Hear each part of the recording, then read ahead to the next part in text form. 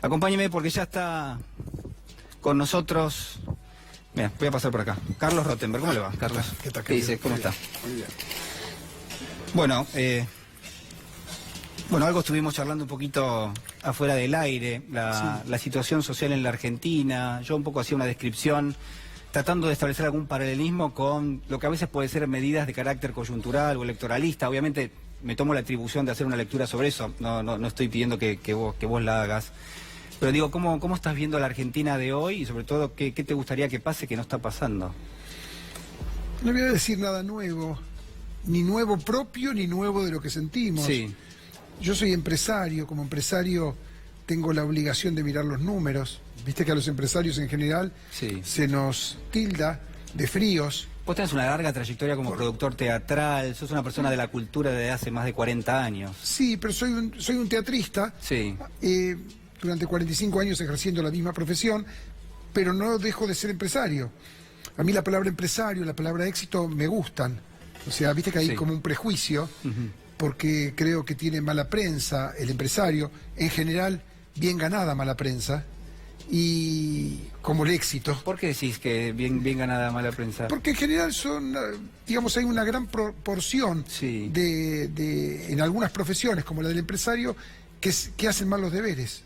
O sea, y hacer mal o bien los deberes no es inherente a una profesión determinada. En todo caso, por historia, por cuna, la del empresario tiene muchos más vicios, por ser livianos en el término, que seguramente otras.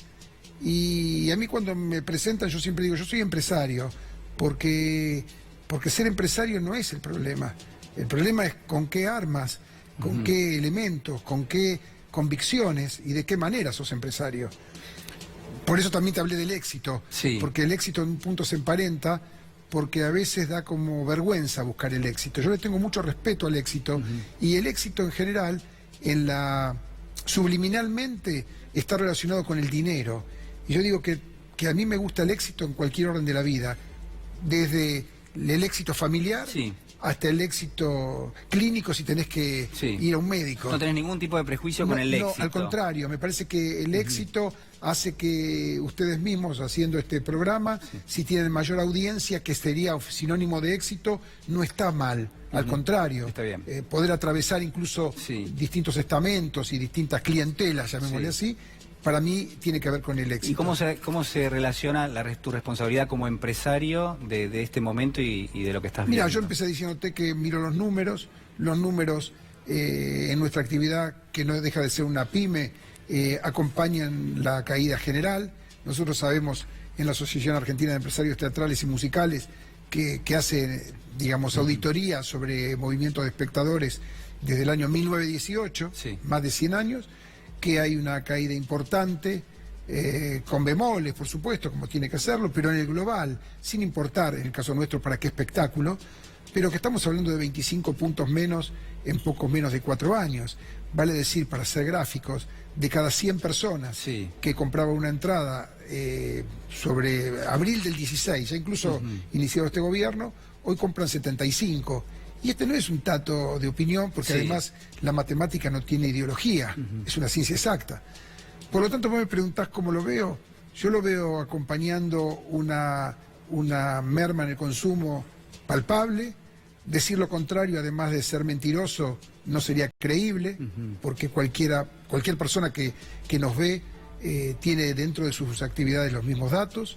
Insisto, con bemoles, cada actividad. En todo caso, la nuestra tiene encima el hecho de ser más suntuaria que otras, porque no solamente no es económico lo que ofrecemos, sino que además no es de primera necesidad. Más allá que nosotros podemos quedarnos toda la noche hablando de la importancia de la cultura, pero hay prioridades en un bolsillo apretado que están por delante de lo nuestro.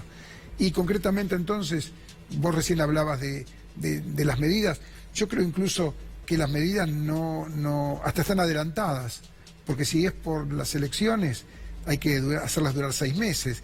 Y esto no importa lo que estemos, digamos... ¿Te parece que no van a durar 6 meses las medidas? Es que la gente se da cuenta rápido de esto, o sea, no... ¿Sabes qué? Mira, yo escuchaba esto y lo escuchaba ayer. lo que llamaban el paquete de medidas, que no encontré el paquete. Sí, uno podía pensar que no hay paquete. Un paquetito. Sí, sí. Bueno, y buscaba el paquetito y pensaba, ¿sabes? Es como más o menos cuando yo critico en nuestro ambiente a los actores que aparecen en la tele hablando del éxito que están teniendo. Y vamos, bárbaro, pero no sabés. ¿Qué pensás de eso? Porque es bastante común. Y 3 semanas después, la obra baja de cartel. Entonces y de repente, elencos que hablan menos y elencos que ni siquiera hacen prensa, justamente no la hacen porque no la necesitan, porque el teatro lo tienen lleno. O sea, pues sos de una escuela que en general, digo, no se aplica al resto del mercado del teatro. A ver, ¿vos les enseñás a los actores, hablas con ellos? Mira, no podría enseñar porque yo no soy maestro. Bueno, pero tenés muchísimos años. Pero sí sé que, por ejemplo, vamos a ponerle nombre y apellido. No voy a nombrar los tantos fracasos que hacemos, pero respeto a los que los hacen. Pero qué sé yo, tomé el ejemplo de la comedia más exitosa de los últimos años, 9 años y medio, Toc Toc. Los vas a encontrar mucho menos en los medios hablando que les va bien, porque no lo necesitaron.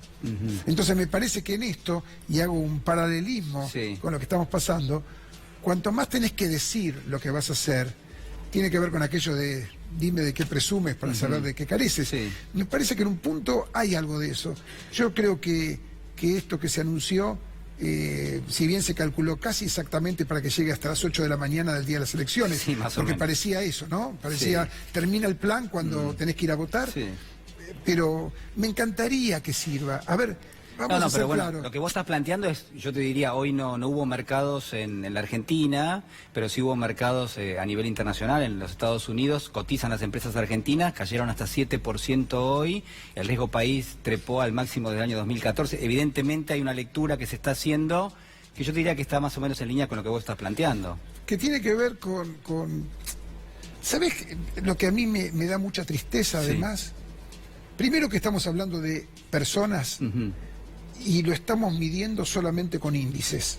O sea, estamos hablando de una problemática que afecta a familias por millares, a familias argentinas. 13 millones de pobres. Ese es un tema, país, ¿no? Que ya no es un tema de número. Y después, por otro lado, me parece que acá hay como una sensación, y esta podría ser hasta una crítica que no me la hago a mí mismo porque no la siento así, de que uno cuando lo dice casi...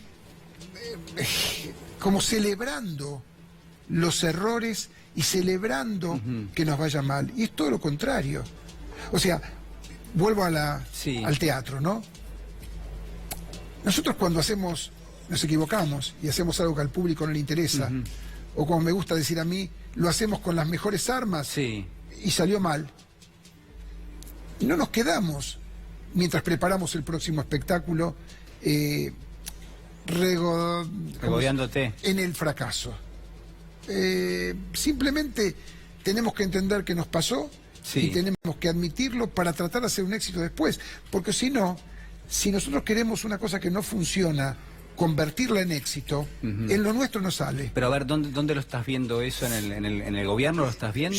Yo estoy viendo, a mí lo de ayer me preocupó porque sentí, cuando se dijo que había un paquete, yo no sentí el paquete. Me hubiese gustado, mira lo que te digo, me hubiese gustado que haya un paquete. ¿Y qué pensás, por ejemplo, de...? Perdón, está claro, me hubiese gustado que haya un paquete, porque para la vida de mucha gente, era importante. 6 meses es tiempo. No, pero es muchísimo tiempo. ¿Entendés? O sea, no minimicemos por las elecciones. 6 meses, un día es importante para mucha gente. Es que es una falta de respeto total a aquel que está esperando una reacción. Yo realmente esperaba ilusionarme con algo también. Todos queremos, pero insisto, no por lo de uno. El problema no está en uno. Pero la obra no está bajando bien a la platea. No. A ver, cuando te escucho, obviamente me parece que estás planteando cuestiones lógicas. Por ejemplo, que si no funciona un plan económico en cualquier parte del planeta, hay una persona que es responsable de eso, o 2 o 3 o 5, se toman decisiones y dicen, bueno, vamos para otro lado, vamos a tratar de cambiar esto. La sensación es que lo de ayer, ¿a vos te parece que eso no solamente cambió? Eso, sino que hace unos días volvieron a decirnos directamente del Poder Ejecutivo que no se va a cambiar y que este es el camino. Claro. O sea, de nuevo, no es un tema de los planes, de planes me refiero acá nos están diciendo que este camino es el correcto. Y ahí uno se queda casi como no entendiendo, porque Porque yo querría haberme equivocado cuando no voté por este gobierno. Lo dije en aquel momento. Yo no voy a votar por este gobierno, pero me quiero equivocar. Como argentino me quiero equivocar. O sea, como ciudadano, como por mi familia, por las familias de otros, por mi propia empresa, yo me quería equivocar. Y me da tristeza no equivocarme. Esto tiene que ser muy claro y creo que hay una responsabilidad en los que no votamos por este gobierno en no jactarnos de eso. Creo que hay una responsabilidad también de los que no lo votamos. Sí, porque hay mucha gente que está sufriendo. Por ¿no? supuesto, entonces, y yo siento, y por eso digo que ahí hay una especie, no autocrítica por lo propio, pero sí yo creo que hay una porción de seguramente por algún interés en algunos casos, de casi te diría alegrarse por no haberse, digamos, por haber acertado. Entiendo. Mi caso no es así. Yo estoy triste por haber acertado. ¿Cuáles son los puntos de contacto de tu historia con este presente? Digo, en algún punto, ¿cuáles son, de alguna manera, yo te lo pregunto, yo más o menos conozco tu historia, ¿no? Tus orígenes, cómo arrancaste, cómo fue tu vocación que lo descubriste, y si te ayudó el contexto o no, o tuviste momentos y momentos también a lo largo de la historia del país. A ver, en 45 años de profesión tuve de todo, ¿no es cierto? Tuviste de todo. Pero volvemos a lo mismo. Esto como pasa siempre en cualquier orden de la vida, ¿no? Los que estamos más armados, porque tenemos más experiencia, por haberlo ya pasado, por haber armado una empresa solvente, preparada para las crisis, somos los últimos que podríamos caernos. El otro día en broma le decía a un colega, nos llaman a nosotros, un colega también, Lino Patalano, hace muchos años que se dedica a esto.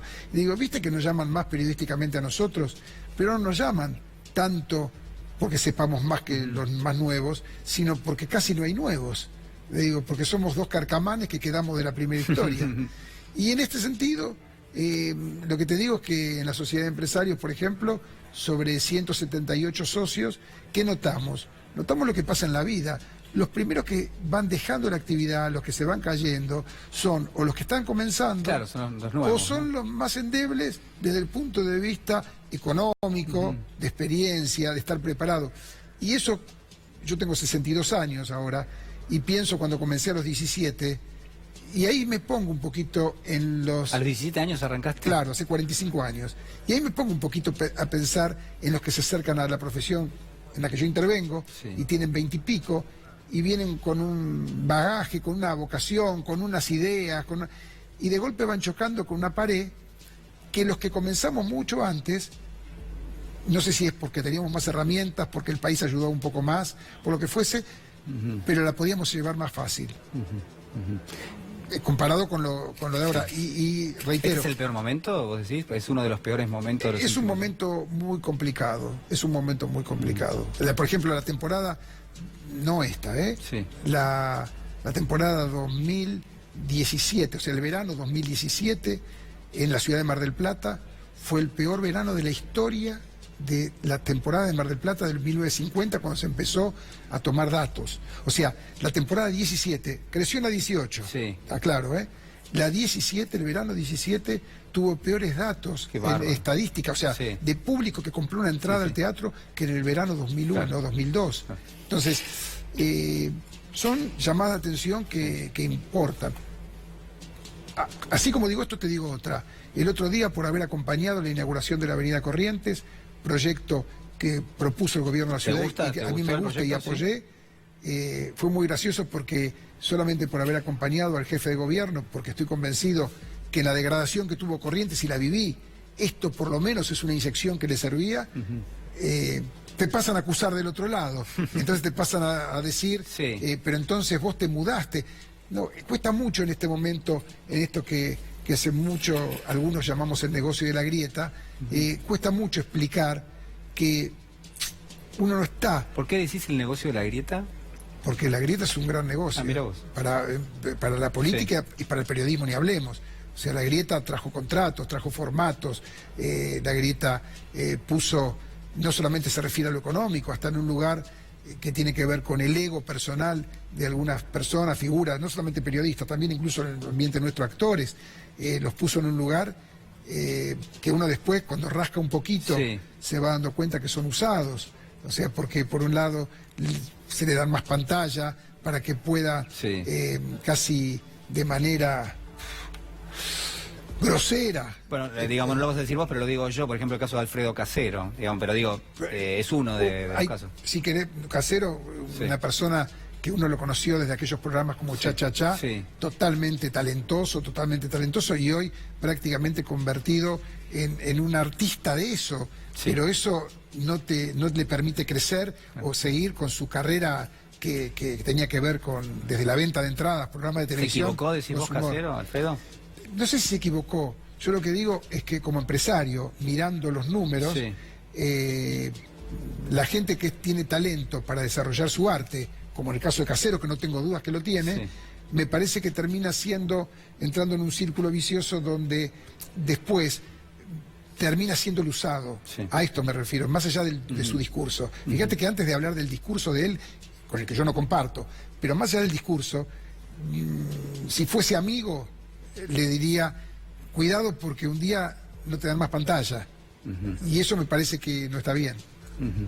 ¿Te parece que esta grieta, de alguna manera, uno la puede traspolar a determinados sectores, por ejemplo, el caso del mundo del espectáculo, el periodismo, pero cuando la llevas a la política no existe o existe? Sí, la política, lo dije recién, la política creo que a lo mejor fue como empezó. Sí, en el pero no caso- existía ya en la Argentina... Siempre, grieta, pero a ver... Digo, no lo llamemos grieta, pero digo, llamar a otro no, nombre, no siempre, hay una...